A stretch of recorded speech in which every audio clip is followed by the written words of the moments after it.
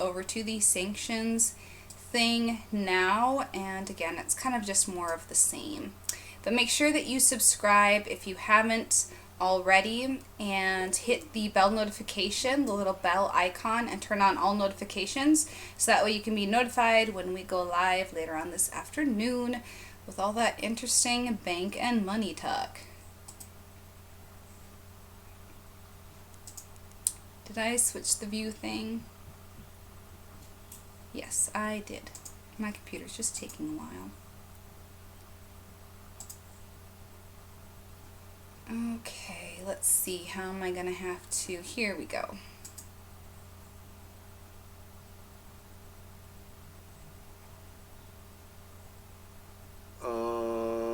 Warning, sir. So I just don't know the explicit nature of who is advised to... Right after it happened, the State Department urged all American civilians to leave Iraq immediately. Region on high alert. So much for a safer world. I yield back. Thank you, Mr. Connolly. Mr. Perry. Thanks, Mr. Chairman. Anybody on the panel believe that Iran is seeking a peaceful nuclear program for which to generate power, medical devices, et cetera? Anybody on the panel believe that? Hello? I'll just speak, if you want a verbal answer, my short answer is no. I think they want to keep the option of having a military program very much alive. Any reason to have a heavy water reactor and enrich plutonium if you're going to have a civilian nuclear program? Any reason at all? Yes, ma'am? Go ahead. You want to go ahead? I'll just do, I mean, I have the same view that Dr. Haas presented. I think the question is there a difference between what you're describing, in other words, a peaceful program, which nobody thinks that Iran is really doing this simply for peaceful reasons or for medical isotopes or things along those lines, versus a decision to actually pursue a nuclear weapon, which is the space that we're in right now and that we've been trying to manage, in effect. Mr. Hatt. We know from intelligence that up until 2003, Iran had a covert nuclear weapon program and a covert military run enrichment capability to feed that program, and that they gave it up in 2003 when, after the U.S. invasion in Iraq, they thought they were next. And it raises this point that Iran has responded to threats to the regime to change its policy. I think that's what you saw when they gave up their nuclear, formal nuclear weapon program in 2003. And I think they have continued an infrastructure that gives them the option. And they have kept that alive. Do any of you know what is happening regarding their nuclear program in the military installations and sites that are not inspected by any outside or international agency? None of you know. They could be ready right now for as much as you know, right? They could be ready right now. You can't say they're not, right? We don't think they are, but you can't say they're not. My point is that they're doing this, and they're going to do this, and over the course of much of my lifetime, we've sat back and watched them do this and hoped they would stop, right? I don't know if any of you have read Alexander Solzhenitsyn's Warning to the West, but we don't like confrontation. We hope that it will just be copacetic if we talk to them and be nice. But they won't be nice. They're not going to be. They have no plans to be. And we're fools to believe anything other than that. I know my good friend from Virginia said that, well, I guess it's a new thing for America to go around killing people, that terrorists and so on and so forth, that we disagree with or don't like. I know he's not here, but I'm fascinated by the fact that there were 526 separate counterterrorism strikes under the last administration. You know what we heard in this committee about that? About the hue and cry. Article 1, Article 2, the presidential powers. Who does he think he is? You know what we heard? We heard nothing. We were killing terrorists, and thank God we were killing terrorists.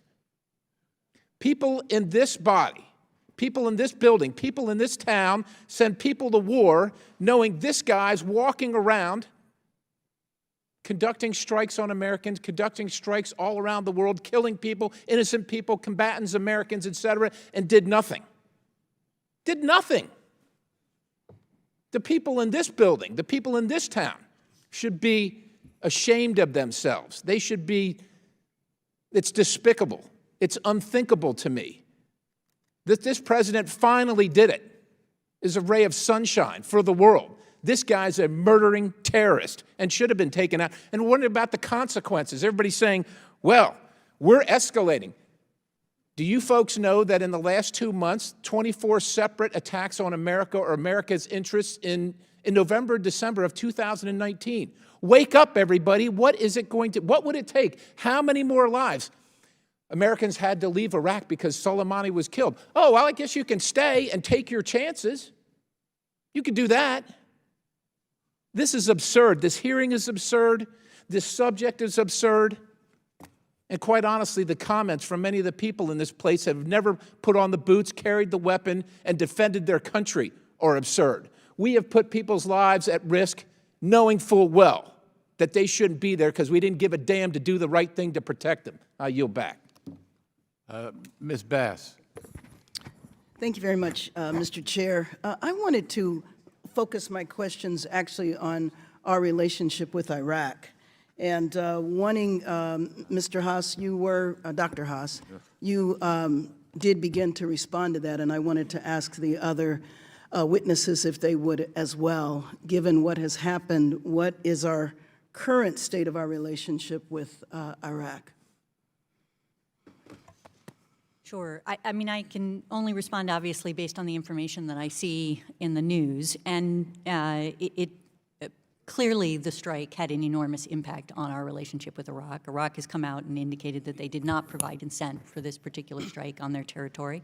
And it has brought the parliament to the point where they've actually has to vote, calling for the U.S. forces to leave. And we've seen that the Prime Minister has indicated that, in fact, they want a delegation to talk about leaving Iraq. And I think, you know, as Dr. Haas noted, this is, in many respects, exactly what Soleimani had wanted.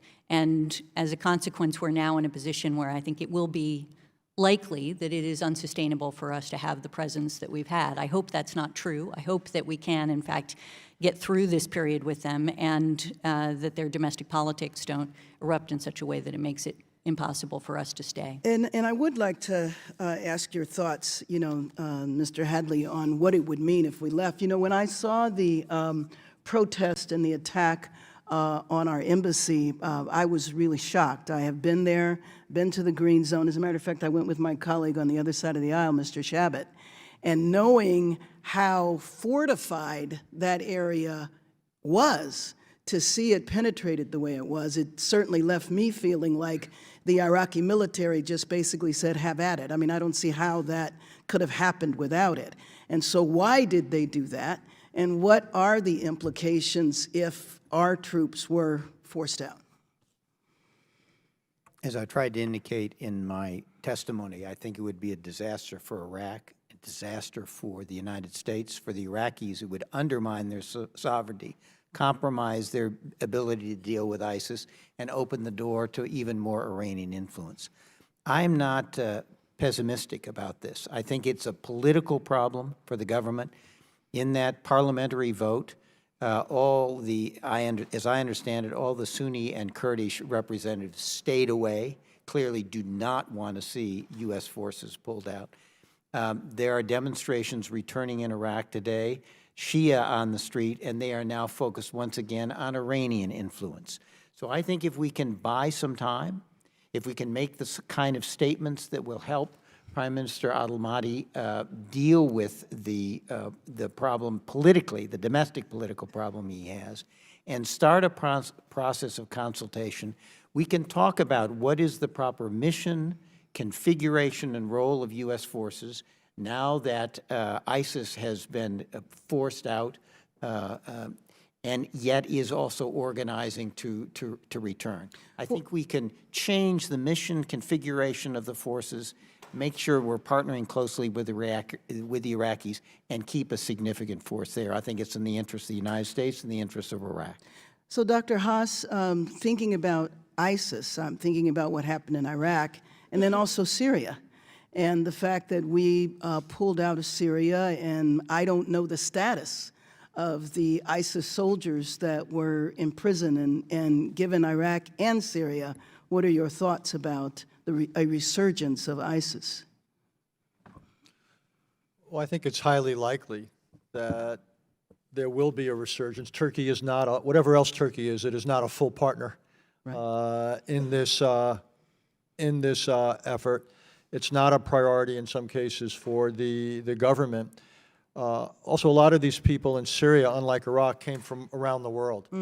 Iraqis were in many cases much more local. So I assume to some extent there's a real danger of reconstitution.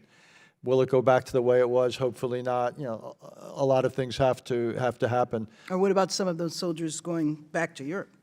Oh, again, I think that in large part depends upon Turkey's behavior.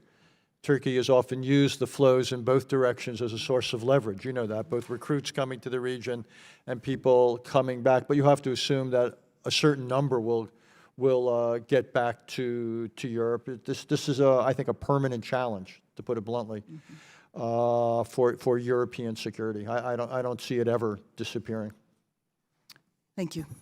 I yield back. Thank you. Mr. Yoho. Thank you, Mr. Chairman. I appreciate you holding this hearing. I just want to bring us back to the title of this hearing, From Sanctions to the Soleimani Strike to Escalations, Evaluating the Administration's Iran Policy. I read here about Soleimani, some of the facts I grasped about him, and I think most of these are already known. He was Iran's top and most powerful general. He joined the Revolutionary Guard in 1979 during the Iranian hostage crisis, which I remember very well. He rose to their top leader quickly. Commander of the Iran's Quds Force, the elite unit responsible for Revolutionary Guard's foreign operations. He also was considered a nemesis to the U.S. in the Middle East, with American officials blaming him for the deaths and maiming of thousands of American soldiers and the regional allies. David Petraeus, the former commander of the U.S. force in Iraq, described him as a truly evil figure. Before his death, Soleimani was called a living martyr of the revolution by Iran's supreme leader, Ayatollah al-Khamenei. So he was already considered a martyr for the cause. We just sent him to his rightful place. He did occasionally interfere in Iran's domestic policy. Dr. Haas, you talked about, how Iran, the citizens rose up in 2009. Let me tell you about this guy. In July 1999, Soleimani co-signed a letter warning President then Mohammad Khatami that the Revolutionary Guard would put down large student protests if he didn't. He was a bad player. I mean, nobody's disputing that. I want to pivot over to the JCPOA. We were here when that was negotiated, and I remember very clearly John Kerry saying no deal is better than a bad deal. That was a terrible deal, and I applaud Donald Trump for pulling out of that. How binding was the JCPOA, in your opinion? Well, it was binding because the President of the United States entered into it. We entered into it not unilaterally, but with our allies. So, was it signed by anybody? Physically signed. It was signed certainly by the Secretary of State. So he represents the United States. Congress, I think, is a large. It was never voted on. So if I don't sign an agreement to buy a house or a car, if I don't sign the contract, the fact that it's not binding. No, I disagree with you, sir. When the Secretary of State of the United States, speaking for the President, enters into an international agreement, like it or not, that's speaking for the United States. Did our Senate sign it, pass it? Yeah, we enter into all sorts of international arrangements that are not passed under the treaty procedures of the Constitution, in many cases are not voted on. That's a legitimate question about whether we've moved away from the two branches working together in terms of international agreements. I got to take my time back. It was a bad deal, and President Trump did well. The release of the money, John Kerry sat here, and we said, was that money going to go into the hands of terrorist groups? And he says, more than likely, yes, it would. He sat right here and said that, and I think we can speak loudly today, and we can see the results of that. We were talking a lot about imminent threat. Imminent threat is that Iran capturing our Navy personnel in January of 2016. Was that an imminent threat? Is it the attacks on the oil tankers in the Straits of Hormuz? Or is that an imminent threat? What about Hezbollah and the Houthi rebels taking out the Saudi petroleum pipelines or firing at U.S. naval ships? What about the killing of U.S. citizens and injuring 4 other service members? When is an imminent threat imminent? Do we wait for the next one and say, golly, maybe the next one will be imminent? President Trump did the right thing. And the other thing we don't talk about is the other terrorist that got taken out, Mahdi al-Mohandes. You know, he orchestrated attacks on U.S. and French embassies in 1993. It is time that somebody takes these people out. Go back to Bill Clinton. If you read the book Dereliction of Duty by Robert Patterson, he was offered Osama bin Laden over 10 times. He refused to either capture or to eliminate him. The question is, would 9/11 happen had Bill Clinton done his job? What would happen if President Trump had not done this? What would have happened if George Bush or President Obama would have removed Soleimani or Mohandes when they had the opportunity? Would we have had our servicemen and women killed or maimed? And so this question about was this the right thing or not, leadership is tough. Harry Truman said, if you can't stand the smoke, get out of the kitchen. President Trump did what he had to do, and this country is safer for it, and I think the world is safer, and they're going to look at America and said, thank you for your leadership. I yield back. Thank you, Mr. Keating. Well, thank you. The people that I represent in discussions, they've got one question. Are we less safe now than we were before? And I think this is an important hearing because I think the answer to that question is much more fundamental than just dealing in the prism of the killing of Soleimani. Are we safer with this maximum pressure campaign that we have? And that campaign to date has not been successful. I think that's clear. And part of the reason, maybe the major reason, is no diplomatic arm attached to that. There's no intermediaries there. The idea is beat them to submission and capitulation and then dictate the response of any negotiations. That's perceived no other way by the Iranians than a regime change. Are we safer with the resultant effects on our military? We've moved more and deployed more troops to that region, away from other areas, away from dealing with the threat of ISIS. Are we safer as we move our limited naval assets through that region, taking them away from South China Sea and the other parts of the world? And importantly, are we safer with this go-it-alone strategy that we have? You know, and that's just not a minor thing. That's something we have that our enemies don't have, an historic coalition with our allies. That's a huge difference maker, maybe the biggest, I believe. And what's happened here? We don't give them notice, and that's just not about the killing of Soleimani. That's about the troop withdrawal in Syria, where our allies had troops on the ground, uninformed, until, according to a hearing we had recently, maybe hours, that we were going to pull out of there. The INF Treaty, our delay in Ukraine in terms of military assets there, the Qatar Gulf crisis, the TPP. You can go on and on. We are just not consulting with our coalition. We're turning our back, making unilateral actions, and then saying, you better get in line. We're not safer because of that. We pulled out of the JCPO unilaterally. And then, using our own economic powers, are putting pressure on our own allies to get out themselves, instead of talking with them in an agreement that we joined in together. So if we're going to have an answer to are we less safe now, I'm glad we're talking about these fundamental issues and not getting caught up in an incident-by-incident cycle of escalation where there's a shoot-from-the-hip kind of action, then there's a policy kind of filler after that, telling everyone in Congress, everyone in America, everyone that's our allies, well, you better get in line with us after we do it, and have a cycle of escalation and having that danger where the only alternative we're leaving ourselves is militarily. Can you talk about the bigger picture here and how these actions make us less safe, give us less alternatives going forward? And we just can't continue in action where we're dealing with individual incidents. We've got to take this further. Oh, okay. Is that aimed at any particular one of us or all? I want you to jump in. Go ahead. I'll just make a very short comment. Look, I think one of the structural and strategic advantages this country enjoys, and it's been one of the reasons we've been as successful as we've been now since World War II, or even going back to World War II, is our network of alliances. We, unlike China, unlike Russia, Soviet Union, except when it could coerce alliances, we have real allies, and that allows us to leverage our capabilities. And it worked tremendously in the Gulf War, but it's helped keep the peace in Asia, and obviously in Europe. So it's demonstrated to be effective, and I think we ought to revive it wherever we can in dealing with the issues we're talking about here today. I also think, just as an aside, it's not the subject of today, but the only way we can begin to deal with global challenges is collectively. The very nature of these challenges does not allow any country on its own to effectively contend with them.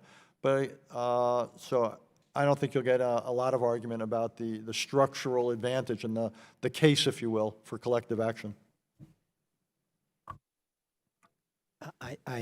My understanding is from Brian Hook, who I'm sure has testified before this committee, that at the opening days of the administration, they had the view that the nuclear agreement was inadequate because it didn't close the door on Iran getting a nuclear weapon, and the prior administration had not addressed ballistic missiles or Iranians' activity in the region, that Brian was designated to try to work with the European allies to come up with a common approach to address those three things, and was unable to do so. The administration then has adopted a strategy to try to address these issues. We don't know whether it's going to work at this point.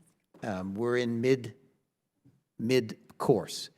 My understanding is they continue to talk to our European allies about these issues, and particularly about the nuclear issues. And if we get a negotiation started, which I think is the thing we need to do to keep this from escalating further. My time is, if I could, Mr. Chairman, just It'll for be 20 with the seconds. I want to say this. I was with the asked European. by this administration to get involved when we were discussing this with our European allies, to see if we can get them on board. You know, I've been talking to our allies personally, and the chances of them walking away from this was zero. And when I told them that, you know what their response was? I said, what's your contingent plan then? And they said, well, we're working on it. That's the problem. Well, we're working on it. They act impulsively, and then, well, we're working on it. That's the point. It's well and good to say we had the discussions. Believe me, I was privy to a lot of that. I yield back. Thank you. Mr. Kinzinger. Thank you, Mr. Chairman. Thank you all for being here. It's a couple of points. On the ballistic missile issue, I remember somebody testifying, and I asked them if, with this nuclear deal, if they included ballistic missiles or tried in that, and they said, well, we did at the beginning, but we knew Iran would never agree, so we dropped it. I was like, okay, well, that's a problem there. So a couple of points. You know, I hear a lot about the safer question, and it makes for good headlines. I want to say, first off, for the military, their job, the military's prime job is not to be safe. It is to keep the American people safe. And so the military as an end state, and if the end state is avoid using the military, we don't necessarily need one at that point except for a defense force. Their job is to keep us safe. And so that gets thrown around a lot. But I've been clear and consistent ever since I've been in Congress. So I supported the administration go into Libya. And I said that that was not something that needed to come to Congress. I can't say that for everybody in here, that they were consistent on both sides and all that either. But I think what's clear, and I would love if, you know, on every one of these strikes that the administration would come to Congress and we could have a debate without, of course, it being an open and revealing plans and opportunities. But what's clear is when this strike happened on day one, on moment one, the second this news came out, I had many of my friends on the other side of the aisle that immediately opposed what happened. And I dare say that a lot of people that were out making comments probably didn't even know Mr. Soleimani's name until he was killed. And so we look at what that kind of knee-jerk reaction is, and then The follow-on of this is going to escalate into World War III, we heard that on more than one occasion. Obviously, there's no World War III right now. And I want to look at the history of how we got to this point anyway. So the other thing people say is, well, now they're going to attack through the proxies. I ask, what's new? I'll tell you, in 2008 and 9, I was in Iraq. I flew ISR. We operated against both, obviously, insurgents in Iraq, but also against Iranian influence in Iraq. Many of my colleagues here did the same thing. They killed 600, estimates 400 to 600, of my fellow men and women in uniform. They've been using their proxies ever since. I remember under the prior administration, when we were talking about the ISIS fight, the concern was when ISIS was defeated that the Iranian proxies would turn against the American presence in Iraq.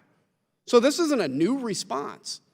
And so what I would argue is if you look over the years of history of Iran, and specifically the years of history of Soleimani, it was nothing but attacks and provocations against the United States of America. In fact, many of us on both sides of this aisle were actually upset with the administration for not responding to its, they say, drone attack. It's the equivalent of the economic damage of destroying 10 F-16s, by the way, because of the cost. Many of us were upset with the administration's lack of response against the attack on the Saudi oil fields. And then when the response finally comes, finally, the first time the United States has taken kinetic military action against Iran in response to the many provocations from Iran, they target the one man that is responsible for these provocations and not 100 people that are working a few surface-to-air missile sites because it wouldn't be escalatory. And then the response was, we're escalating. And then we see this unfortunate, tragic shoot-down of the Ukrainian airliner. And many of my colleagues here started claiming it was a response because of the United States escalation. They, in essence, blame the shoot-down of the airliner.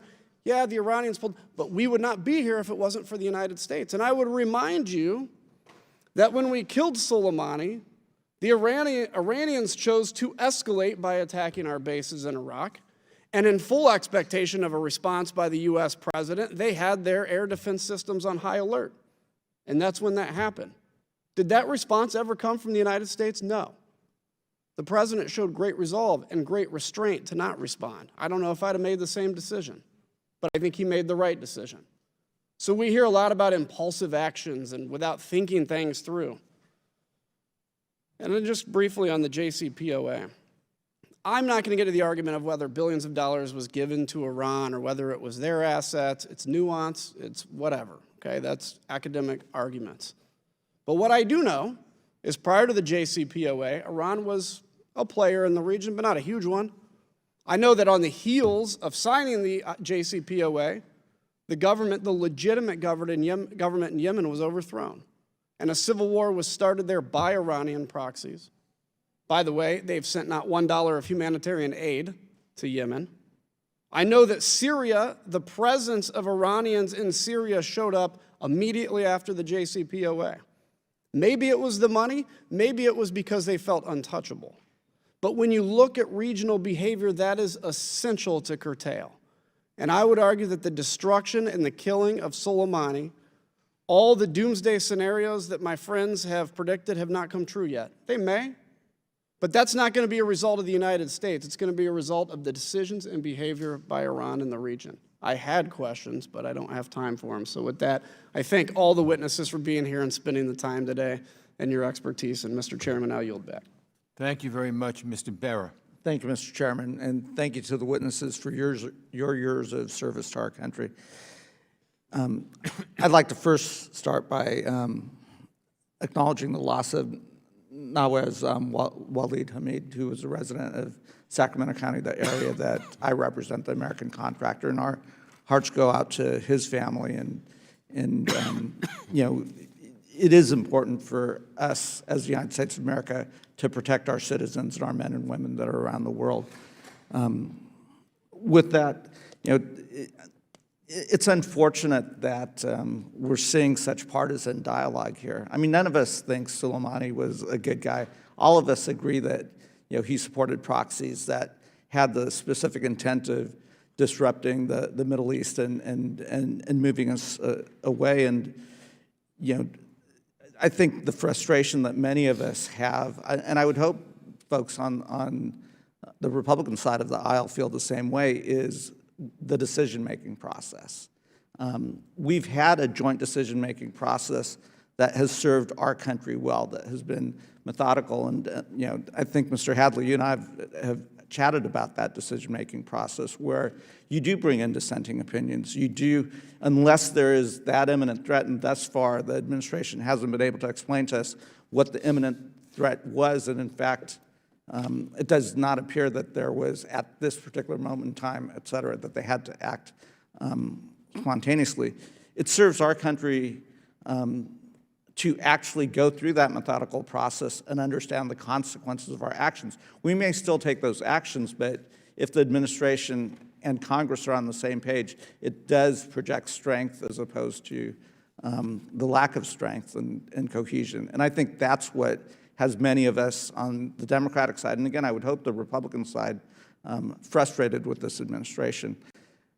Maybe Ms. Haynes or Mr. Hadley, both the Bush administration and the Obama administration had discussions about removing Mr. Soleimani and came to a different discussion.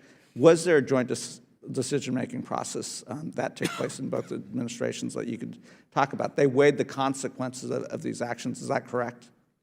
And came to a different conclusion. Congressman, it's a good question, and I'm going to answer on the basis of my own imperfect recollection, and some of my colleagues may have a different view. I do not remember the issue of taking out Soleimani coming to the formal NSC process. I know that General Stan McChrystal, in the winter issue of Foreign Policy, has said that in January of 2007, he was monitoring a convoy in which he believes Soleimani was present, and he contemplated taking him out at that point in time, decided not to do so. Again, my colleagues may disagree. I'm not aware that that came to the White House either before, during, or after that decision. It was an operational decision. So we did not have, so far as I can recall, formal consideration of that. And Ms. Haynes, within the Obama administration? Yeah, thank you, Congressman. In the Obama administration, and again, also with my personal recollection, there was not a particular decision teed up in the formal process whether we should take action or not in a particular scenario. But certainly the question of Soleimani was much discussed, and the IRGC was much discussed, and so on. And I think, in general, the consequences of an action like that, as you say, would have to go through an enormous process, and certainly was one that we were thinking through, like, of what are the pros and cons. I think the fact that, you have the ability to do it is not enough. I think the question is whether or not it actually is a wise decision. And if I just play off of that, had the Iranians, had their ballistic missiles landed and killed multiple American troops, we would have been compelled to have to counter-response. Is that? Absolutely. And there was that possibility of an Iranian counter-response. So while I am happy we find ourselves in a place where dialogue is possible and de-escalation is possible, it was entirely possible a different outcome could have happened here. And many of us, as we saw the missiles in the air and the tapes of these missiles, were waiting to understand what actually happened. And I think many of us and the American people were concerned that we were about to go into another war. Is that an accurate, is that how you felt as you were watching that? Yes, absolutely. I mean, I think the point is, I don't think any of us question whether or not a response is appropriate. I think the question is, how do you design the response to be best fit within the strategy that you're dealing with and to keep the American people safe more generally? And that's the question that I suspect many people have concern about with respect to this strike. Right. And again, just as a final statement, our country is better served when the administration and Congress are working together, having dialogue.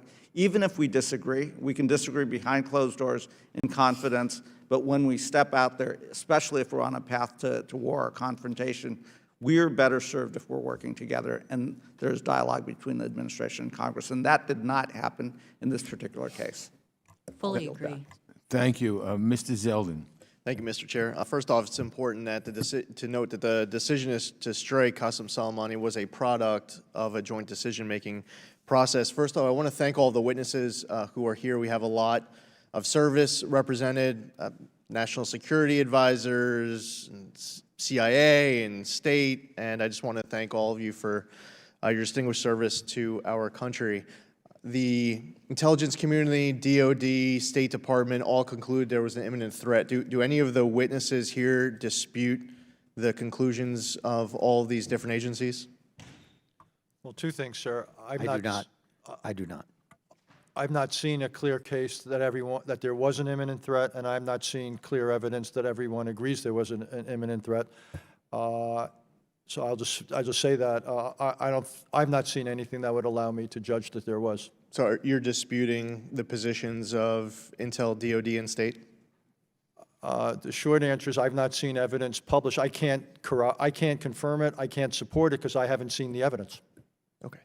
Have you seen the IRGC statement that was put out after the killing of Qasem Soleimani? I'm not sure which one you're referring to. There was a statement the IRGC put out right after the killing of Soleimani. Does anybody speak Farsi? I don't know. Okay, I just didn't know the answer to that question. So the IRGC did put out a statement. I request unanimous consent to offer it into the record. Mr. Chair? Yes, without objection. The IRGC's statement, and I mentioned this on the floor during debate last week, as well as through social media and other interviews, but most importantly on the floor, and I'm going to do it again during this hearing. The IRGC's statement after the killing of Qasem Soleimani says that Soleimani was in Iraq when he was killed to confront Americans. So for anyone who has the position that there's not a shred of evidence that there was an imminent threat, let's start off with the IRGC's own words of why Qasem Soleimani was in Iraq. In the IRGC's words, he was there for a confrontation with Americans. Open-sourced information is enough to determine that it was legitimate to take out Qasem Soleimani. You have a designated terrorist who's running a designated terrorist organization. He was being sanctioned by the United States, the EU, the United Nations. He had already killed over 600 U.S. troops. He had wounded thousands more. We just had the embassy attack right before that strike. We just had the killing and wounding of Americans just before that strike. In my opinion, when I hear some of my colleagues, including the speaker, say that it was disproportionate to take out Qasem Soleimani, I ask the question, at what point is it proportionate? How many more Americans would have to be killed in order for it to be proportionate? How many thousands of more troops would have to be wounded in order for it to be proportionate? And I would also note in correcting the record, and I mean, I don't know if anyone has an answer. I mean, we could call it a rhetorical question, but at what point would I don't know if do any of you have the position that it was disproportionate? I think there are a number of things that you just said. One is, just to be clear, because I think sometimes this gets said publicly, the fact that you are a designated terrorist for purposes of sanctions does not provide authority to take action, lethal action certainly, against that individual. There is sort of a domestic legal analysis and then an international legal analysis that has to occur. And obviously, as a member of Congress, you also get concerned about whether or not Congress needed to have authorized the action, essentially. Well, I have a limited amount of time, so let me ask you a follow-up question on that. Did President Obama have the authority to conduct the drone strikes in 2011 in Libya, targeting Gaddafi? Yes. Okay, So the Department of Justice has, over the years, essentially concluded that the President has the authority and the power to take action under the Constitution where there is an important national interest to protect for the United States without congressional authorization, but you provide a war powers report. If you remain in hostilities for 60 days, then essentially Congress has to authorize it, or you bring your forces home. I appreciate that. It's also important to note that President Obama, the Obama administration, their legal justification was under the AUMF. Ma'am, I'm sure that, I mean, we're not going to, I have a limited amount of time, but I'll be happy to talk to you offline or show you any products that were put out by the administration. With my limited time, I just want to say to the Iranian protesters who are out there right now, who want prosperity, stability, freedom, they want a better way of life. There are many here who are watching in the United States Congress, in the United States. wishing them the best, wanting a better future with vision and hopes for their nation. So for all those Iranian protesters who are out there right now in search of a better future, we're watching, we're praying, and wish it works out in the best for you, and want to be supportive however is appropriate. I yield back. Thank you, Mr. Espaillat. Thank you, Mr. Chairman. Thank you, witnesses, for being here. Mr. Chairman, I first want to express my disappointment that Secretary of State Mike Pompeo is not here today to answer substantive questions that we have regarding this particular issue. He's here when he comes every year for budget issues, as I'm sure he will be coming around in a couple of months. And we have been very supportive of increasing the budget for the State Department. In fact, while facing dramatic cuts, we had a bipartisan effort to ensure that the State Department continues to be funded robustly. And so I'm disappointed that he's not here to answer any questions. But I want to say that although I was not here when the JCPOA was adopted, I recognize that, in fact, it wasn't a fully strong document, but it was a good beginning. It certainly didn't have anything regarding fighting or ensuring that Iran funds some bad actors in the world, or that it steps away from its interballistic missile program. But it was a start, and what I hear from the inspectors is that, in fact, they complied with most of the provisions of that, if not all of the provisions of that agreement. So my questions to you individually, and this is a yes or no answer question, is whether or not you feel or you gather enough information or evidence that from the inspectors or otherwise that you feel that Iran comply with the provisions established by the JCPOA. Mr. Hass, do you feel that they comply? Yes or no? Based on everything I've read, the international inspectors made the case that Iran was in compliance. Ms. Haynes? Yes, same. Mr. Hatley? So far as I know, yes. Okay, so do you feel that the region now, or our allies in the region, are safer now today than they were after the signing of the agreement? Mr. Hass? Whether our allies are safer than they were. The region and our allies in the region, yes. Israel, other allies that we have in the regions, and the region itself, is it safer now than it was after the signing of the agreement? In terms of the nuclear threat from Iran?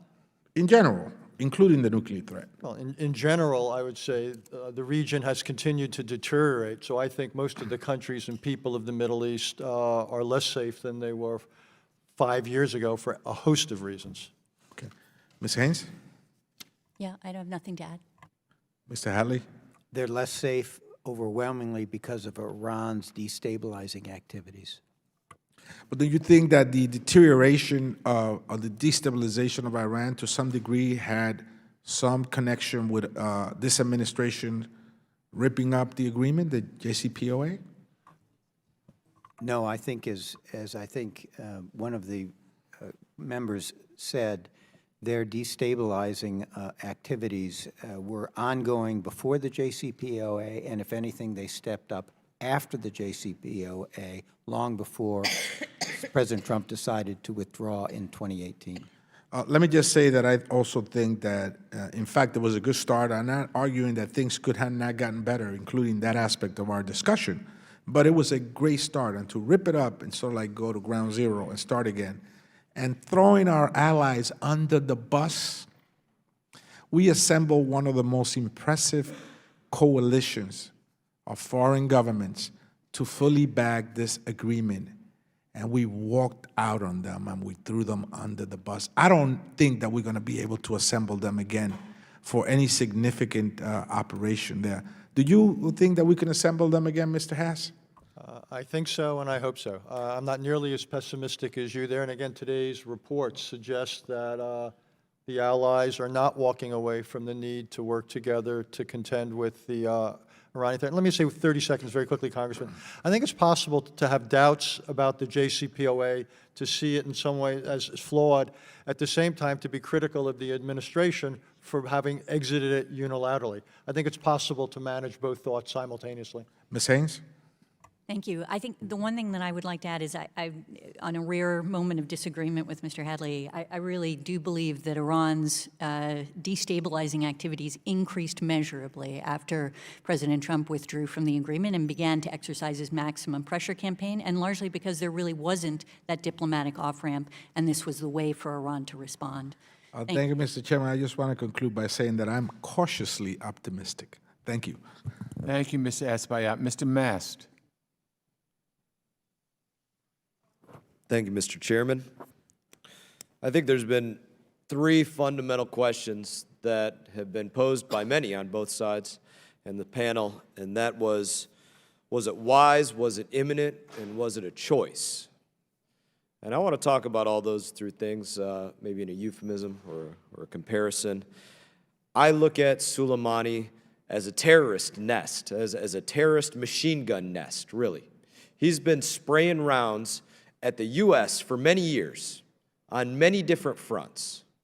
So if I look at him like a terrorist machine gun nest, and I ask myself, number one, is it a choice to take that nest out?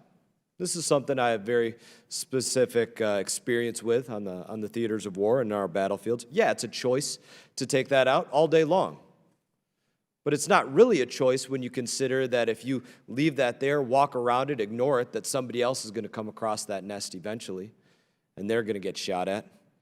You want to ask, is it wise?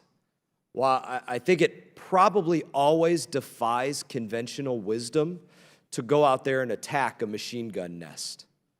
But that doesn't mean that it doesn't have to be done. And then you want to ask, is it imminent? Well, just because this machine gun nest might be taking a moment to reload, that doesn't mean that it's not an imminent threat.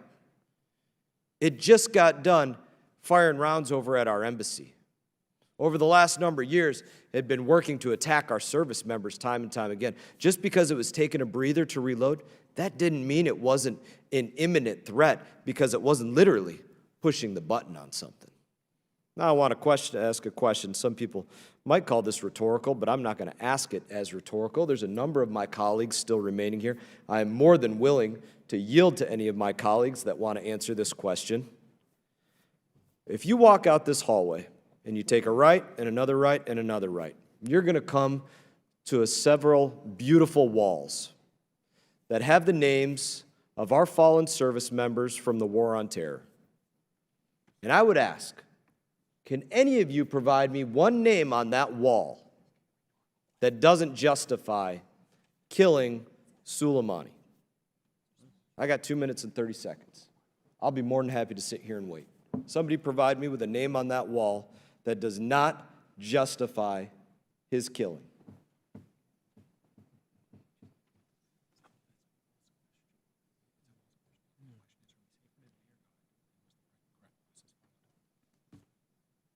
Well, the gentleman may continue. I'm continuing, Mr. Chairman. I got 2 minutes remaining. I will sit here and wait for somebody to provide me with a name on that wall that does not justify the killing of Soleimani.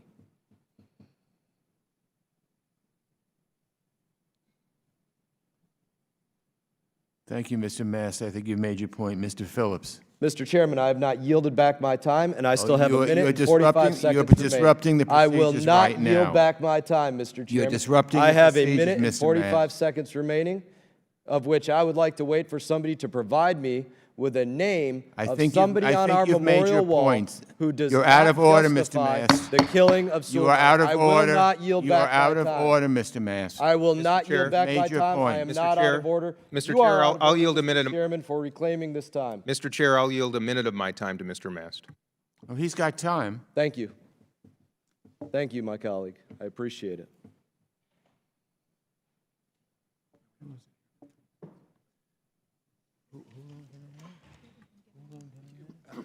Mr. Phillips doesn't have any time. Just wait for Mr. Mast's time to expire. Okay, when is his time? It's now Mr. Phillips' time. No, because he didn't have time.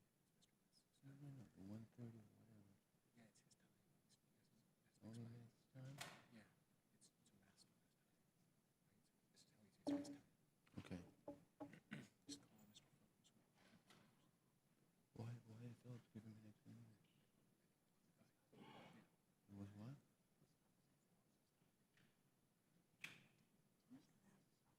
So is that the thing here? Yeah, so Phillips has a right to sit, so he didn't have any time. Yeah. It's Masses. Okay. He has a right to wait it out. Okay. And then you can call Mr. Phillips once it's done. Just tell me when.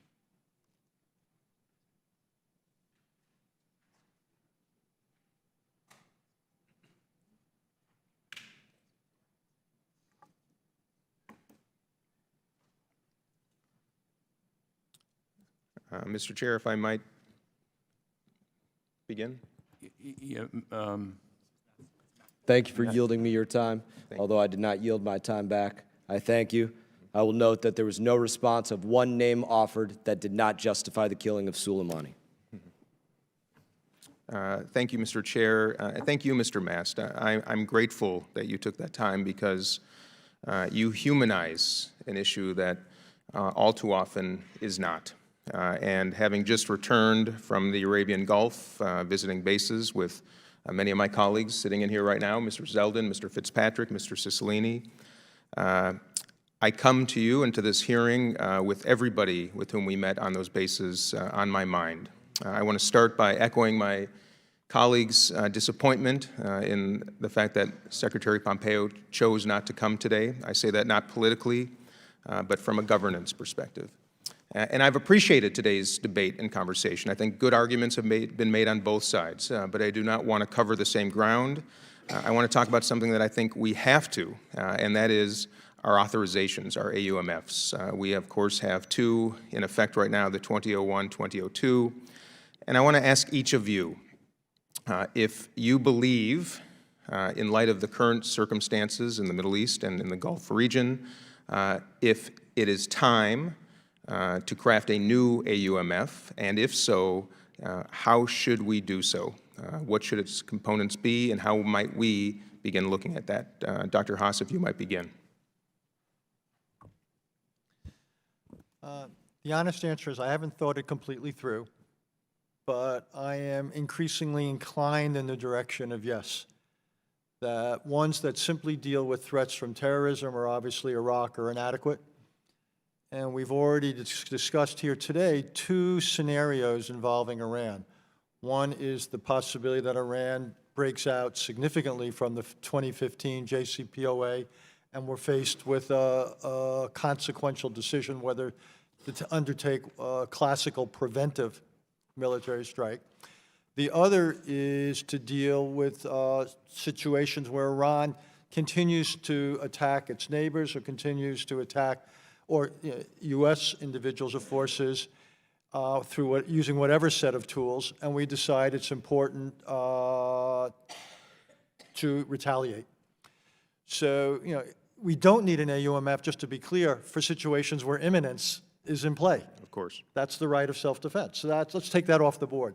So the real question is whether we would need an AUMF, and I increasingly think yes, in terms, because of the nuclear situation. I think it sends some useful messages to Iran about our collective preparedness. I don't think war powers is adequate, because war powers gives the administration, war powers is the wrong approach for two reasons. One, it allows administrations to act unilaterally, and then it raises questions about our staying power. So I think war powers is counterproductive for both reasons.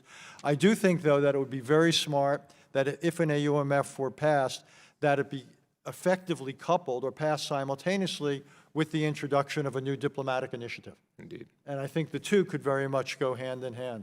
That is my tentative thinking, but I think you raised a big question. Thank you, and sir. a good one. Ms. Haynes. Thank you, Congressman. I do think this is a critical issue, and the sort of opportunity for Congress to get more involved in shaping what, in fact, the authority for the use of force abroad is critical in my view. I think, as an initial matter, I think you should be replacing the 2001 AUMF that relates to counterterrorism. I think it is time for that to be updated and to be consistent with how Congress believes the administration, and successive administrations should, in fact, prosecute that conflict. I think that the Iraq AUMF, the 2002 Iraq AUMF, should be repealed. That's something that we voiced our support for in the Obama administration, and the president then called for. I'm not aware of any military operations that have to rely on that AUMF. And I think this question of what should be the authorization to use military force against Iran, if at all, is one that, in many respects, it seemed to me that your concurrent resolution passed recently, the Slotkin resolution, is one that sort of lays out what you view to be the situation right now, and does so quite eloquently in the context of the current crisis, in a sense, with Iran. So I would support seeing that come to a vote, but taking further action on the existing AUMFs and expanding. Thank you, sir. With that, about 15 seconds, Mr. Hadley. There are new circumstances, there are new contingencies. If you could get agreement on AUMF, it would provide a firmer foundation for action if it was required. There's an awful lot of confusion here. This whole issue about imminent attack is not an issue about the president's constitutional authority, which is much broader than that. It really comes as a function of international law. I don't know why it is so front and center the way it is. And I would say the AUMF has to be in that process. Be careful that not only vindicating congressional authorities, but providing enough flexibility for the president to act. And to say the president could only act, for example, under the basis of an attack on America or an imminent attack is much too narrow and would, I think, be real folly. Thank you, sir. Thank you. I yield back. Mr. Fitzpatrick. Thank you, Mr. Chairman. Thank you all for your service. Thank you for being here today. Regarding the JCPOA, would you or would you not agree that for such an agreement to work, the signatories to that agreement, the members of that agreement, must be telling the truth and acting in good faith? Mr. Haas? It sounds like the sort of, I must be missing something. Would that be different than any other international agreement? I'm just saying, for this one in particular. Well, I mean, Do you believe that those two qualities must be present for an agreement if I to work? may quote Mr. President Reagan, you trust but you verify. I have no, I assume countries go into international agreements for any number of reasons. In some cases, they may want to deceive. That's why there has to be adequate verification. I don't take anyone's word for it. But do you believe that we should assume in entering such an agreement that the signatories are acting in good faith? I would not assume that. That's why I believe verification and monitoring are essential. Ms. Haynes? Yeah, I mean, I think as Dr. Haas is reflecting, in many agreements, for example, in the context of arms control, and the JCPOA is no different, the fact is you don't trust the partner across the table from you, in a sense. You're trying to construct a regime that gives you the confidence, nevertheless, to take certain actions in order to manage a threat. Mr. Hadley? I have nothing to add. Yep. What I'm getting at here to the panel, do you believe that the Iranian regime tells the truth and acts in good faith? With this agreement, they complied with it. I do not believe, however, in any way they gave up their long-term goal of preserving the option to develop a nuclear weapons capability. Would that be a yes or a no, sir? Well, Congressman, not every question lends itself to a yes or no. They were complying with the letter of the agreement. I do think Iran was preserving its nuclear weapons options.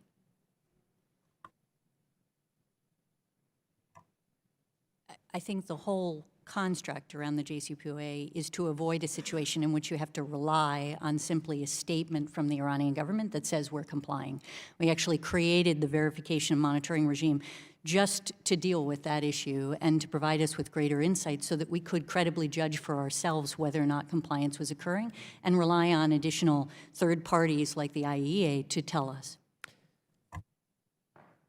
I think because there was so little trust in the Iranian regime, that is why a lot of members of Congress and others thought that the JCPOA was not adequate because it did not push off or totally eliminate the option of Iran to have a nuclear weapon. So with the isolated kinetic strikes that took out Osama bin Laden, Abu Bakr al-Baghdadi, Qasem Soleimani, Did the panel support, and do you believe it was the right decision to make to conduct that raid on bin Laden, on Abu Bakr al-Baghdadi, two leaders of ISIS? I would argue yes. Yes, I think these are very distinguishable circumstances. Thank you. Yes. And how are they distinguishable, Ms. Haynes? Sure. So in the context of, for example, Osama bin Laden, the head of a terrorist organization that we were at war with and that we had, in fact, an authorization to use military force against, the United States took action. I don't think that was a surprise to anybody. I don't think that, it created a circumstance in which we were taking on a new war, for example, against a whole other nation state. Do you believe Mr. Soleimani is the head of a terrorist organization? I believe that Qasem Soleimani supported and engaged in terrorist action, and there's absolutely no question about that. And I don't have any, look, as I said in my testimony, as I've repeated, and I think as others have as well, I think he deserved his fate. I don't think that's the issue. I don't mourn the loss of Soleimani. I think the issue is that in every circumstance, when you're using the awesome military force of the United States and you're engaging in these issues, you have to do so as part of a strategy. And the question always occurs, is this the right target? Is this the right action to be taking in this context? And I think, as I've already identified, a whole series of consequences that I believe were actually undermined the overall objectives that both prior administration and this administration had. Mr. Chairman, I have other questions, but I want to yield my remaining 30 seconds to my colleague, Mr. Zeldin. I'll let you. Yes, go. I'll yield back to Mr. Fisker. Okay, Mr. Chairman, I yield. Yield back? Okay, gentleman yields back. Ms. Omar. Thank you, Chairman. Thank you to the panel. With running between committees, it's really hard to be here and to hear many of the questions and the testimony that you all gave. Sorry if this question had already been asked and if you'd all have given an input to this. But Dr. Has, I know that you've been somewhat critical of the JCPOA. Your perspective is that it's too short term. And so I'm wondering, what should a deal look like? I think it's important to be clear about what a deal could realistically include and what it could not. I think it could include longer-term limits, ideally open-ended limits. I don't see why Iran should have the right to get close to developing a nuclear weapon in 50 years or 75 years. So I would prefer open-ended efforts, but if not that, many decades. I think it should include ballistic missiles. I think it should be verifiable. I think it has to involve sanctions relief. And I think, though, that other aspects of Iranian behavior in the region should be dealt with other ways. I don't think it's realistic to build a quote-unquote grand bargain that would resolve all of our concerns with Iran. In my experience, all-or-nothing diplomacy tends to yield nothing. Yeah, I appreciate that answer. And so to you and maybe to the rest of the panel, I'm wondering, why would Iran, after we unilaterally left the JCPOA, assassinated Soleimani, destroyed their economy with our sanctions, threatened to bomb their cultural sites, why would they be willing to enter into a better deal with us at this moment? The reason they might is, as you know, governing is about choices. The economic sanctions are having a significant toll. They could conceivably threaten the viability of the government and the revolution. So I would think that if Iran is offered significant sanctions relief, that might be something that they would countenance. They say they don't want nuclear weapons. So it ought not to change that. So I think the question is, if we can present them with a choice, I wouldn't rule out one other thing. I think we probably would need to have it voted on by the Congress. They would need to know that the next deal is not something that this or any president could unilaterally overturn. I would think they would want to have the confidence that it was truly embedded in the policy of the United States.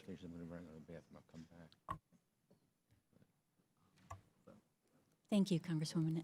I guess from my perspective, I continue to hope that there is an opportunity for negotiations and diplomacy, and I think we do need to invest in that, and I, have indicated that that's one of my recommendations moving forward. I think it is very unlikely that we're going to see the Trump administration capable of bringing the Iranians to the table and negotiating a deal like that. I think that's a reality, and unfortunate as that is. Thank you. Mr. Bradley, did you have anything to add? I'm a little more optimistic than my good friend Avril Haines is, and I think Richard Haas said it very well, and I subscribe to his comments. Well, I appreciate your insights, and it's, I think, quite fascinating to hear that you all think critical sanctions relief package would be on the table for Iran if it was to re-engage, more significant than that was part of the JCPOA. I'm sure that's excellent. And it seems as if there are opportunities to negotiate. So I hope that cooler heads prevail, and that we deploy diplomacy and look at using many of the tools that we have in our toolbox. Because what is happening right now in the ways that things have escalated, it's not going to make us safer, and it's not going to alleviate the economic burdens that the civilians of Iran are facing at the moment. Thank you, and I yield back. Thank you. Mrs. Wagner. Thank you, Mr. Chairman, over here. 2 weeks ago, President Trump ended Qasem Soleimani's brutal reign of terror that killed and maimed countless Americans and coalition forces and threatened many, many more to come.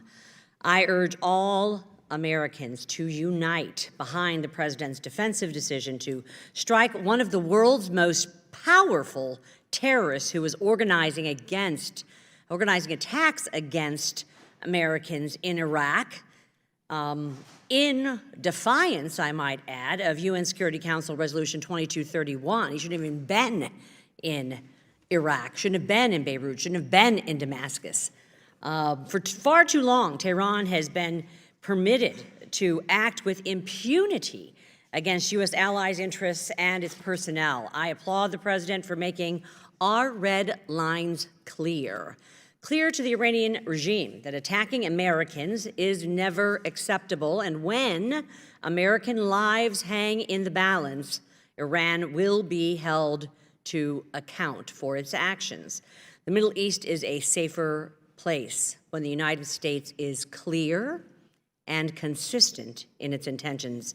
Mr. Hadley, to what degree are Iran's proxies dependent on Tehran for financial, material, and technical assistance? And how successful has the United States been in preventing Iran from providing significant support to these proxy groups? I'm not privy to intelligence anymore and haven't been for a long time on these subjects. My understanding is that the economic pressure that Iran is now under has resulted in some diminishment of the resources that are available to these groups.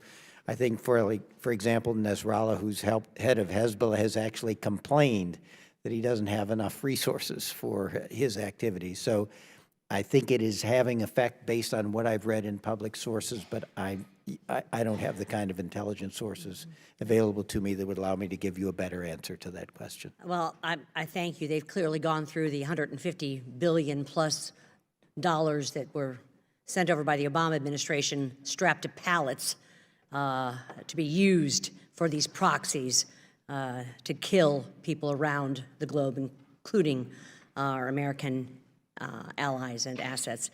after the Iranian regime admitted that it shot down Ukrainian International Airlines Flight 752, tragically killing 176 passengers. And I know it's been discussed here at length. Protests did erupt across the country.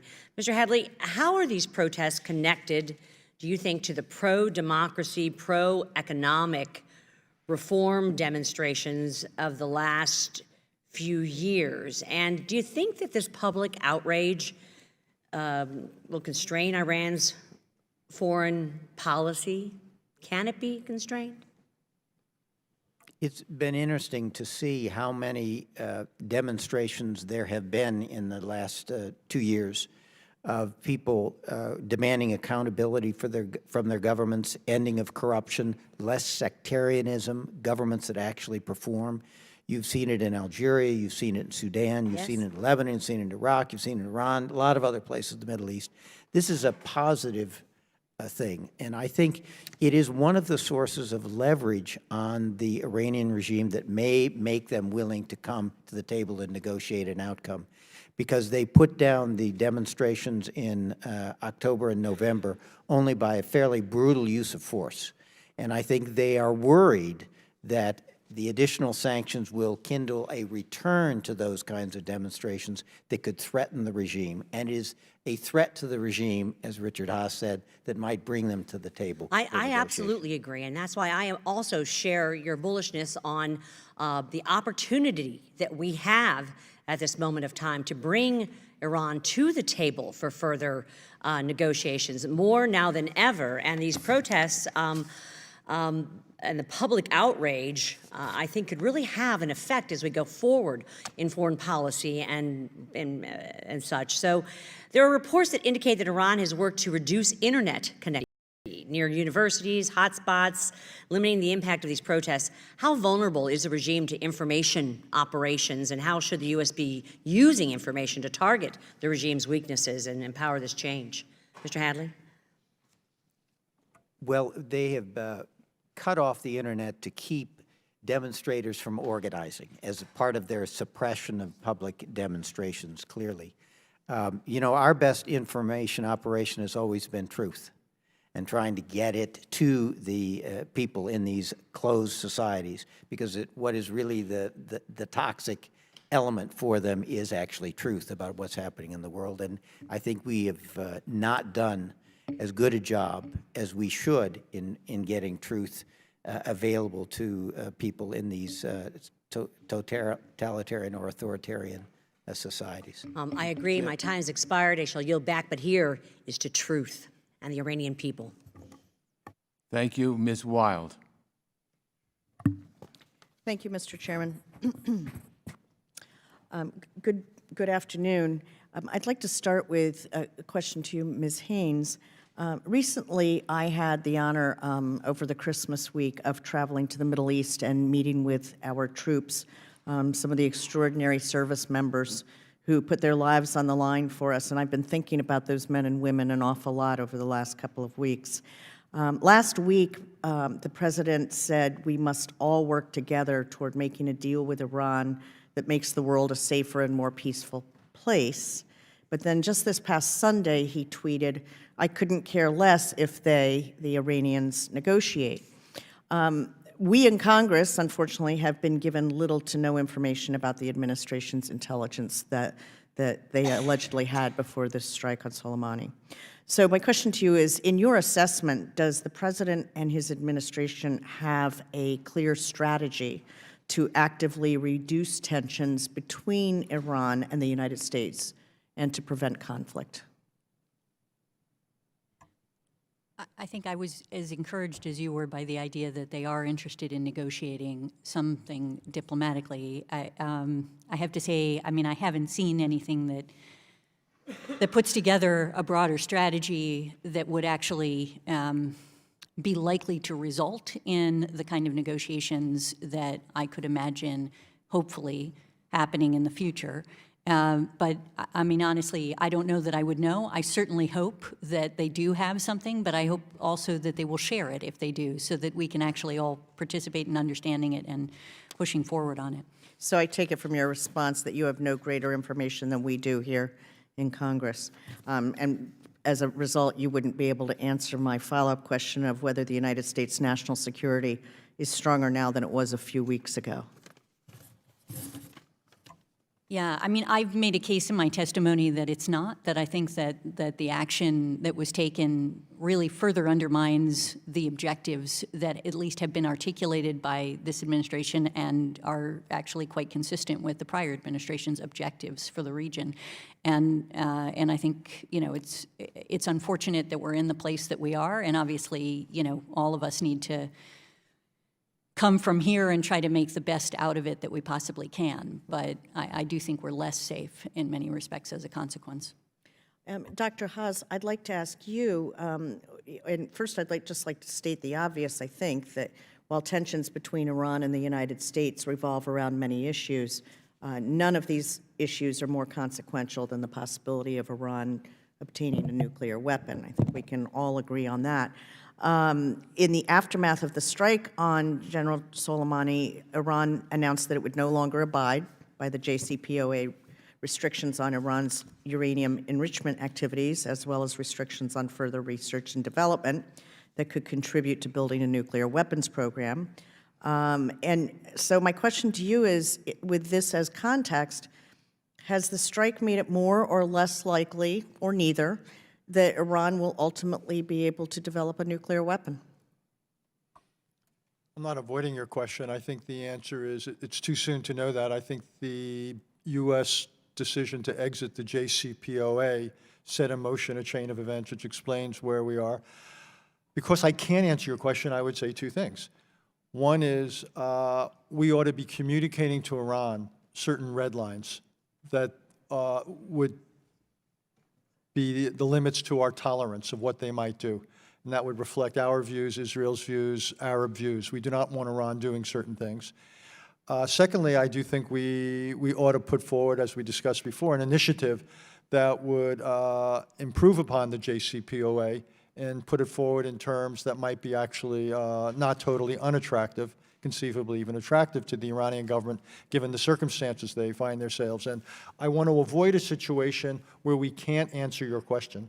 And what we fear, and what could actually be, is that Iran begins to reduce the time that would be available for intelligence agencies to discern exactly how far they are away. If we ever reach that point where we simply don't know, or it starts getting close, what I would call the near nuclear option, one, we will have a big debate, as will Israel, about whether to undertake a preventive military strike. Two, Saudi Arabia, Turkey, Egypt, and others will begin to have their version of National Security Council meetings about whether they need to follow suit and develop nuclear weapons options of their own.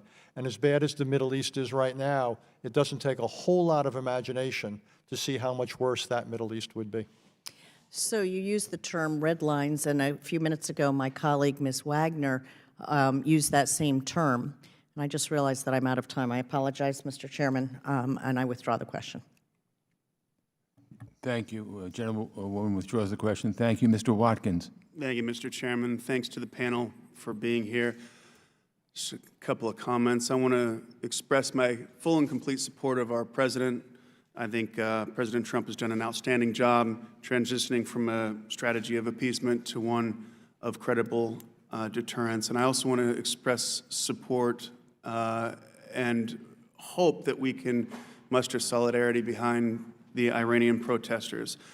I spent many years working in Iraq and Afghanistan, and so from the perspective of both a military officer and or former military officer and a defense contractor, I think that perspective and voice might be worth hearing. When it comes to military operations, they need many things, but two things that they certainly need are speed and secrecy, or the ability to deliver in a clandestine nature. This body is incapable of both of those, of either of those things. And so when it comes to if it were a just kill, I understand the importance of striking fast and striking hard. And the justice of killing Soleimani is without question. If you were to ask me or a number of military personnel and Baghdad to strike a designated insurgent who was responsible for killing 600 of our brothers and sisters, and they were headed down Route Irish, we would grab our guns and we'd go kill them. And if that's wrong, we wouldn't want to be right. And it saddens me that we can't rally behind that. And over the mere fact that some of his compensation apparently came from the government of Iraq, I mean, think about that. That constitutes the fact that he was great as an employee of a country. Well, he's the world's leading sponsor of terrorism. So, listen, nobody wants war, particularly the American soldier, because he or she needs to fight in it. But I think I speak certainly for a lot of people that I knew when I say that the world is a safer place with one less insurgent in it. And for that matter, when it comes to safety and the very nature of credible deterrence, when we're conducting operations, you want other insurgents. You know that they can see you. You want them to know that should anything happen to you, if they want to take the risk of striking you, then a Reaper drone is going to rain hellfire down on them.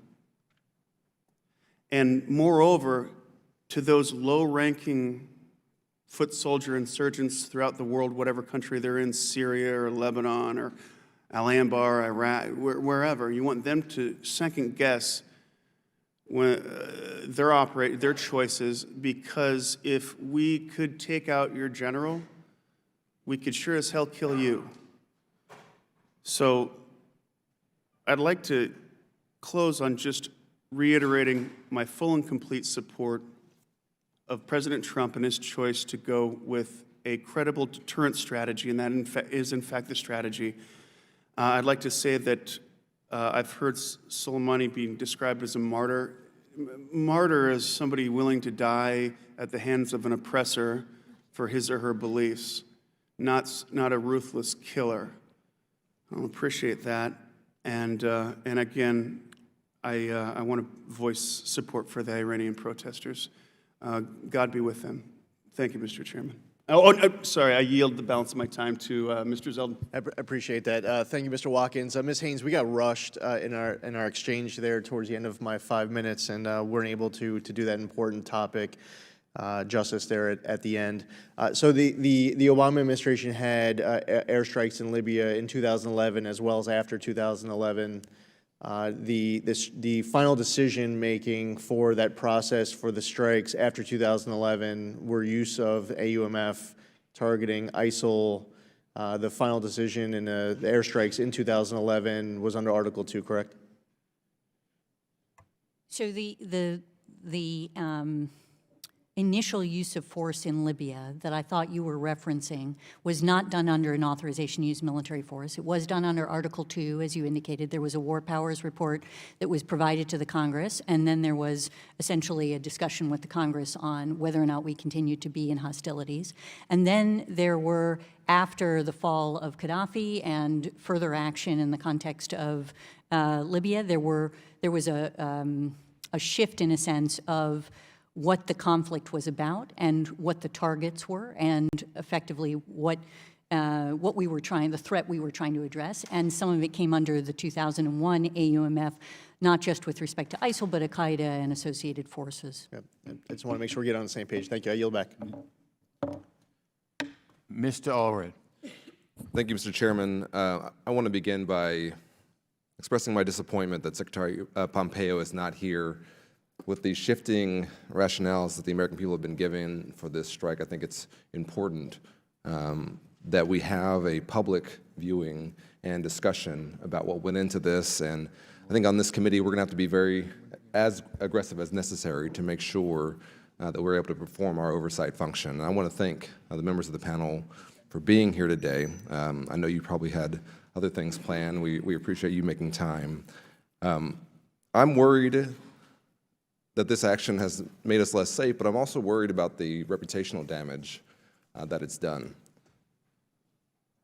For years, Democratic and Republican presidents have urged countries to avoid cultural and historical sites in wartime. It's against, of course, the laws of war, and it's also morally wrong. But just last week, of course, President Trump tweeted that the U.S. may strike Iranian cultural sites if Iran escalated the conflict further. Though, of course, the Department of Defense appeared to walk those comments back, Trump's remarks were widely publicized and, of course, widely criticized as well.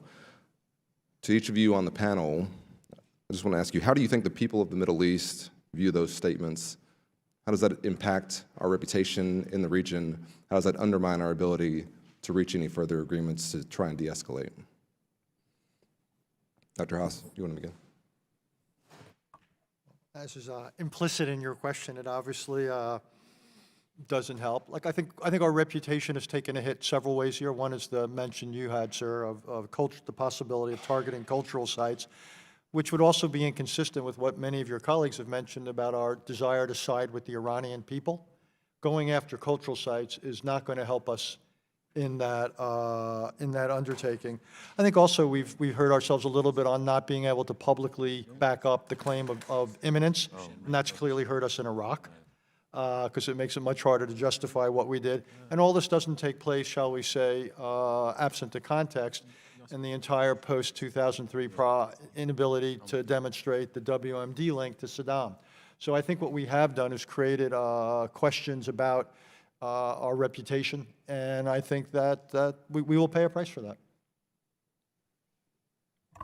Thank you, Congressman, and particularly for bringing this issue up, because I think from my perspective, you know, I've found that I'm somebody who believes very strongly in international law. I spent most of my career working on international law, and I think it serves American interests in enormous ways. And to see the president tweet essentially what would be a war crime, you know, as something that we should do or could do or anything along those lines, to also talk about disproportionate strikes, which is also not consistent with the law of war. You know, to take a position like that is not just, I think, of concern to the region, but also deeply depressing, frankly, for the folks in the U.S. government who are frequently out, for example, our military, out training other militaries on what the law of war is and how it is that we should respect the law of war and the kinds of issues that we deal with. And, you know, in the context of particularly targeting cultural property, which is really, it's so much more than, you know, destroying, obviously, the bricks and mortar that you're destroying, but it's an attack on the identity, on the memory, on the dignity of a society. And, you know, this is something that we spearheaded a lot of the international law on, and we have a convention, the Hague Cultural Property Convention, that we're a party to. We're also party to one of the protocols. It's something that we've really celebrated in the United States in many respects as an issue that we should be promoting leadership on, and I found it very deeply depressing, frankly. Thank you. Mr. Hadley? I think it was a mistake. As you know, as you indicated, the Department of Defense began to walk it back. I think Secretary Pompeo said any strikes in Iran would be against legal targets, which, of course, would rule out the cultural sites. So I think it was a mistake, and I think I would not expect to see the United States attacking cultural sites. Well, I think we sometimes fall into the bad habit of pretending that the words of the President of the United States don't matter, and that we can just have this debate as if those things weren't said, and as if we did not threaten a war crime in this region, in which we know how long some of these words can echo. I think the reason that the free world follows us and that despots and dictators fear us is because of our values, because of who we are and what the American flag and what our system of government and our values mean around the world. When we undermine that, I think we do much, much more than any insurgent attack could do to us, much more damage than any foreign country could do to us, because they cannot defeat us militarily. But we can undermine our own values abroad, and it deeply worries me, and I'm glad that we're having this discussion today. Thank you. I want to acknowledge an old friend, Congresswoman Sheila Jackson Lee, who was a member of this committee for many years in olden days when I served on it. So welcome back, Sheila. Good to see you. We have a vote, and what I could do is cut down everyone to 3 minutes to try to get in more people that we can. So let me start with Mr. Guest. Thank you, Mr. Chairman. Dr. Haas, you, in your written testimony, you do a great job of outlining some of the Iranian atrocities over the last 40 years, beginning with the 79 embassy takeover, the 83 bombing of the barracks in Beirut, the 96 Cobalt Tower bombings. You also set forth recent aggression, including attacks on shipping in the Persian Gulf, the downing of an American drone, the launching of missiles that hit the Saudi oil installations, the sponsoring of militias that attacked bases in Iraq, the killing of an American contractors, and the recent assault on the American embassy. You go on further to say there is no doubt that Soleimani had the blood of Americans on his hand and was a force of instability in the region. And you actually state that Soleimani was, in fact, you say here, an evil person. And then you go on at the end of page 2 to talk about that the United States should have responded to recent Iranian attacks, such as the one carried out against Saudi oil fields with attacks on Iranian economic and military assets. What should the proper response should have been? It seems to me that you are stating here that the President's use of restraint actually emboldened Iranian aggression in the Middle East. And so what would the proper response and what response should we have taken, particularly militarily? It seems to me economically that we have imposed as many sanctions as we could possibly impose, and we could continue to impose sanctions from here till hell freezes over and have no additional benefit to those. So militarily, what response should the United States have taken after the Saudi oil fields were attacked? Two things, sir. One is I think we should have found an equivalent Iranian economic installation, and I would have supported the idea of attacking that. Two, I think it sent a very bad message to the region that we would not respond to an attack on a close partner, not like Saudi Arabia. I don't want to get the sense. I never want to communicate the sense that they are essentially adrift and they can't count on it. Thirdly, I think it raises questions for you all, and it gets back to the conversation we had previously about an AUMF that would provide a context for dealing with these kinds of acts of Iranian aggression. And Ms. Haynes, do you agree that the United States should have attacked Iran militarily after their assault on the Saudi oil fields? Yes, I think there should have been a response, and my view is very similar to what you've described of Dr. Haas's view, and as we've been saying here, that essentially by not responding in a way it can encourage some response, but the issue is again taking action to manage and to deter appropriately while trying to mitigate against the consequences that are additional to any action that you take. Does that make sense? And so would both of y'all then say that the President's use of restraint or great use of restraint you feel emboldened Iran to continue to attack American interests in the Middle East? Again, it's always hard to put yourself inside their heads, but my own take on it is yes, that they thought that they could act with a degree of impunity because they'd gotten away with shooting down a drone, attacking shipping, attacking the Saudis. I would expect there were people in Iran who basically say we can do certain things and the chances of an American physical response are modest. Thank you, Mr. Levin. Let me first say before Mr. Levin comes there, it's really interesting. It was just called to my attention that Secretary Pompeo doesn't have the time to come to this committee, but while we're holding this hearing, he did have time to go on Fox News. Oh, my goodness. Okay. Thank you, Mr. Chairman. Mr. Levin. Thank you all for hanging in here with us. Last weekend, National Security Advisor Robert O'Brien said that 2002 Iraq war authorization gave the administration the authority to launch the strike that killed Qasem Soleimani. Here's the operative text of that authorization. The President is authorized to use the armed forces of the United States as he determines to be necessary and appropriate in order to, 1, defend the national security of the United States against the continuing threat posed by Iraq, and 2, enforce all relevant UN Security Council resolutions regarding Iraq. I think that language is pretty clear, and so did Defense Secretary Esper during his Senate confirmation last year. On July 16th, before the Senate Armed Services Committee, the Secretary told Senator Duckworth that the 2001 and 2002 authorizations to use military force did not allow the use of military force against Iran. And yet, here we are.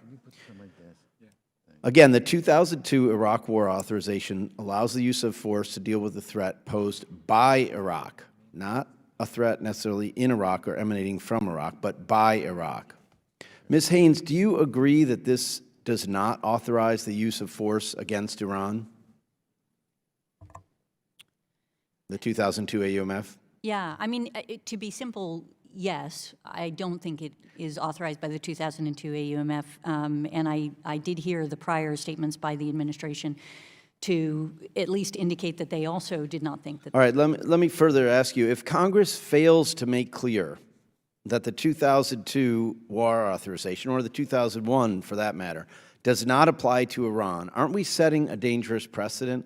What's to stop this administration or any future administration from claiming that a war authorization for one country gives them the okay to use force against another?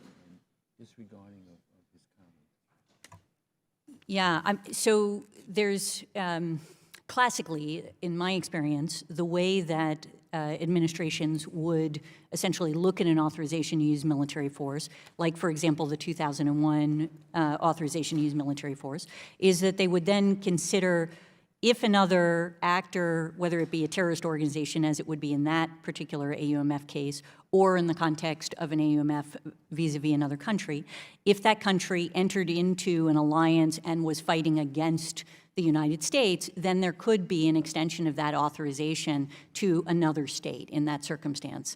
But I think, you know, obviously Congress has the ability to pass another joint resolution that says, in fact, that's not what we intended, and we do not, in fact, authorize. I mean, my time's up because we're running short here, but I just think that it's clear that Congress needs to repeal the 2001 and 2002 and then do new authorizations for any situation that we think we should go to war on. Thank you. Thank you. Ms. Spanberger.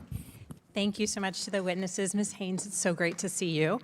I have been astounded listening to some of the testimony or the questions of my colleagues as we are talking through what should be a really foundational piece. What is Congress's role in the authorization of war?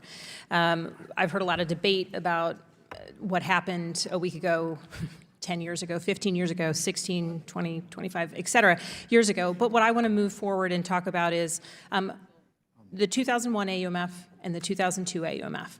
And Ms. Haynes, I'll start with you specifically as a follow-up to the questions posed by Congressman Phillips and Congressman Levin. The 2002 AUMF, we'll start there, authorization for our war in Iraq. To your knowledge, to restate, are there currently any operations continuing under the 2002 AUMF? Yeah, thank you, Congresswoman. I can't say with certainty, right, what it is that the current administration is doing. What I can tell you is that in the Obama administration, we conducted a significant number of military operations that seem quite similar to what it is, frankly, that is currently being done by the Trump administration against terrorist organizations such as al-Qaeda and associated forces, and obviously against ISIL. And we did not believe that the 2002 AUMF was necessary for us to do any of those operations, including the ones around ISIL, just to be utterly clear, including those in Iraq. And as a consequence, we supported the repeal of the 2002 AUMF, which we felt was outdated. And the president also had said that felt that it was time to replace the 2001 AUMF. Thank you. And there seems to be some confusion among members of this body about how the killing of Osama bin Laden or al-Baghdadi were different from an authorization standpoint from the killing of Soleimani. I also think, and I'll take the opportunity to restate that those of us on this side of the aisle shed no tears for Soleimani, who I believe was a terrorist as he is classified by the U.S. government. But could you just walk us through specifically how the authorizations, what the authorizations were for the killing of Osama bin Laden and al-Baghdadi, and how that may or may not be the same or different?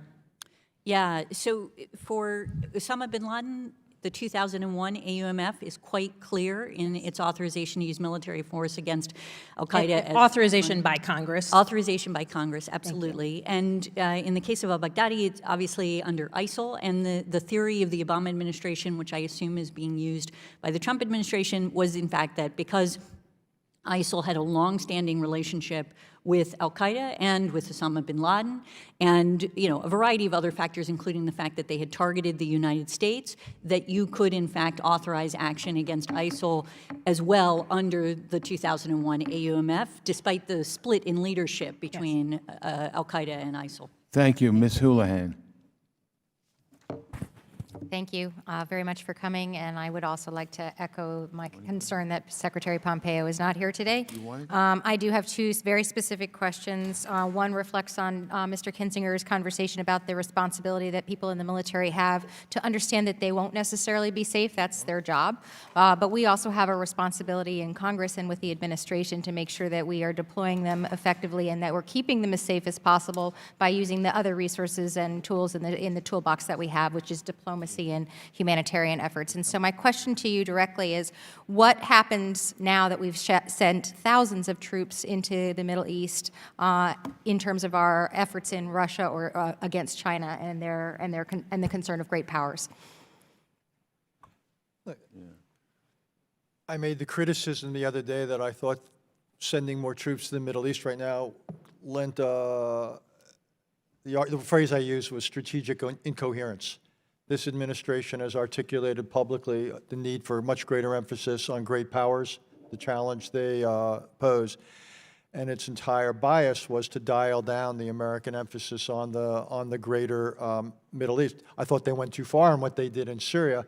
This is clearly inconsistent with it. So I would think it's, given the administration's own lights, it would make a good deal of sense to try to stabilize things. I think that does involve, as you suggested, a greater emphasis on diplomatic tools. In the short run, though, it may now be necessary to have those troops there because we have created, we have, if you will, poked a stick in the hornet's nest. But I'm hoping it is not this does not become the new normal, because the impact on readiness, the impact on what would be available elsewhere would be, I think, unfortunate. And thank you. I'm sorry that I don't have time to ask the rest of you because I have one second question, which is that the UN Security Council Resolution 2231, which is set to expire now on October 18th, what, if anything, should we be doing to make sure that we are thinking about and address the expiration of that resolution? Those are it's the resolution that expresses the importance that Iran is prohibited from exporting or purchasing any arms. This is what President Trump is talking about when he says that everything is set to expire, and that's part of the reason why he exited the JCPOA. Yeah, and your question is just... Is there anything that we can do here in this body, given that the UN, that is set to expire? Right. I mean, I think obviously you can support the administration and push them to essentially look for extensions of any restrictions that you think are appropriate under. And in what ways should our policy change if Iran was able to sell and acquire combat systems as a consequence of this? With my 4 seconds. Yeah, I mean, essentially, as a preliminary matter, what you want to do is see what they do, and in fact, whether or not they can push out conventional arms more than they already do. We already have policy that actually tries to counter those issues as it is, and we would obviously want to increase, depending on whether or not they are increasing their exports of such conventional arms. Thank you. I apologize. Mr. Trone. Dr. Haas, just quickly, prior to the assassination, we had real protests in the streets against the Iran, and they had a war for over 8 years. 100,000 Iraqis died, 100,000 Iranians died, and we were moving in a little bit of positive direction on the anti-Iran feeling in Iraq. Now that's all swung back. What do you think this recent events, this new trajectory, is going to do on Iraq's pro-reform movement and the protest movement? Yeah, it's a good question. I think Iraqis have considerable nationalism. And the fact that because they're Shia and Iran is obviously Shia, that somehow there's not nationalism in Iraq, I don't think that's true. My guess is also Iran will overplay its hand. So I think it's probably wrong to underestimate Iraqi pushback against Iran. Again, it's also one of the reasons, I think we all agree here 100%, that it's so important for the United States to repair its relationship with Iraq, because I think that will give Iraqis a basis and some confidence for pushing back against Iran. I don't want Iran to have a free hand inside Iraq. Okay, we got to run for votes. Okay. I want to first ask very quickly unanimous consent that Ms. Sheila Jackson Lee be allowed to participate today, and we're giving her 1 minute. Let me quickly say that I have not seen any depth of support by the American people for a war with Iran. I clearly believe it is important for us to explain that Article 1 does say that Congress declares war. It does give Article 2 powers of defending the nation. I do think the issue of imminent danger was and should be explained to the American people, and we should be truthful about it. So I have two questions. One, do we believe that any engagement with Iran prospectively and some resolution is at this point hopeless? I truly believe under President Obama, when we worked tirelessly for the non-nuclear agreement, that we had something that would allow us a moment to engage. And then anyone wants to comment on this completely upside-down explanation of imminent and the fact that there was no definitive definition or reasoning behind Secretary Pompeo's advice or the Secretary of Defense advice to the President of the United States. Well, you've got 2 seconds according to this, but maybe we can give you 30 seconds. I don't think it's hopeless. I think that it would, do such things as no longer supporting regime change, making it clear that we're willing to talk. I think putting sanctions relief on the table, conditionally tied to Iranian behavior. I think that against the backdrop of sanctions, I think that there's a possibility, certainly worth pursuing. Thank you. Thank you. Yeah, I'm going to have to adjourn. Because Thank you, Mr. we have a Chairman, vote. for your courtesy. Thank Thank you. you. I want to thank our 3 witnesses. I've been on this committee a long time, and I think all of you are just excellent, and I really do appreciate your coming here and speaking with us today, and we hope to have you back. Thank you. Committee is now adjourned. Thank you, Chairman.